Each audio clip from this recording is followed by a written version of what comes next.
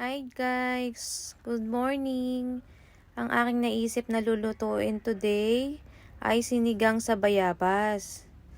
Hinugasan ko muna ang liempo na napili ko at tinanggalan yung litid, yung mga taba-taba. Ayan o, para maging malinis po yung ating luto. Yan po. Sumunod, nagpakulo ako ng tubig at nilagay ko po yung baboy na liempo. Liempo ang ginamit ko para sa sinigang na bayabas. Sinigang sa bayabas. Ayan guys. Ngayon tanggalin nyo po, salain nyo po yung dumi. Kasi meron pong mga dumi pa yan eh. Yung mga dugo. Ngayon guys, ang ginawa ko, inugasan ko at tinanggal yung korona ng bayabas. Tapos kakaskasin ko po siya. Huwag nyo pong isasama yung buto. Hindi po kasama yung buto sa pagkaskas. Yan lang pong laman. Gusto ko po kasi yung kinaskas para hindi po siya nagkalat yung bayabas na buo-buo sa sabaw ng binabayasan. Yan guys. Kaskas lang. Huwag nyo lang isama yung buto.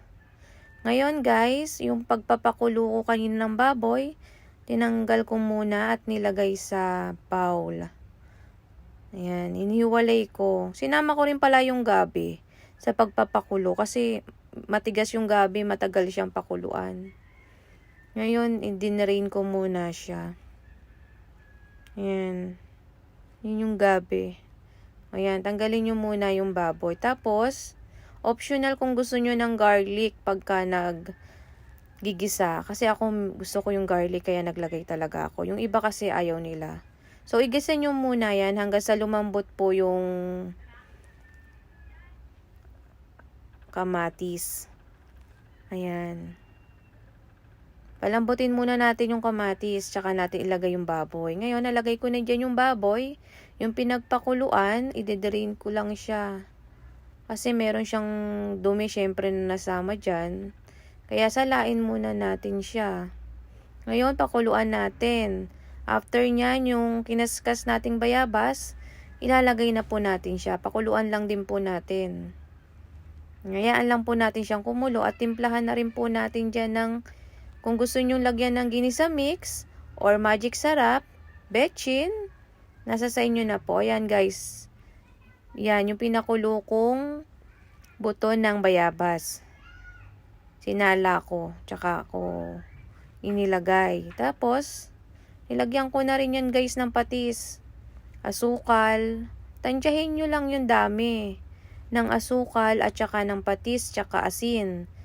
Titikman nyo rin guys kung maalap na o matamis.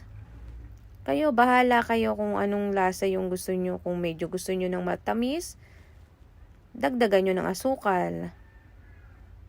Tikman nyo lang guys habang nagluluto para masabi nyong masarap na. Nilagay ko na yung mga gulay. Patola, sitaw, okra. Nilagay ko na dyan. Ayan guys. Nayaan ko lang siyang kumulo guys. Meron siyang siling green din. Mga 3 pirasong siling green nilagay ko. Tapos nilagay ko na rin yung kangkong. Yan. Konting halo-halo. Naglagay din po pala ako dyan ng paminta kasi gusto ko sa sinigang may paminta. Ayan, guys. Kumukulo na. Malapit na yan maluto. Masarap na naman ang kain ko niyan, guys.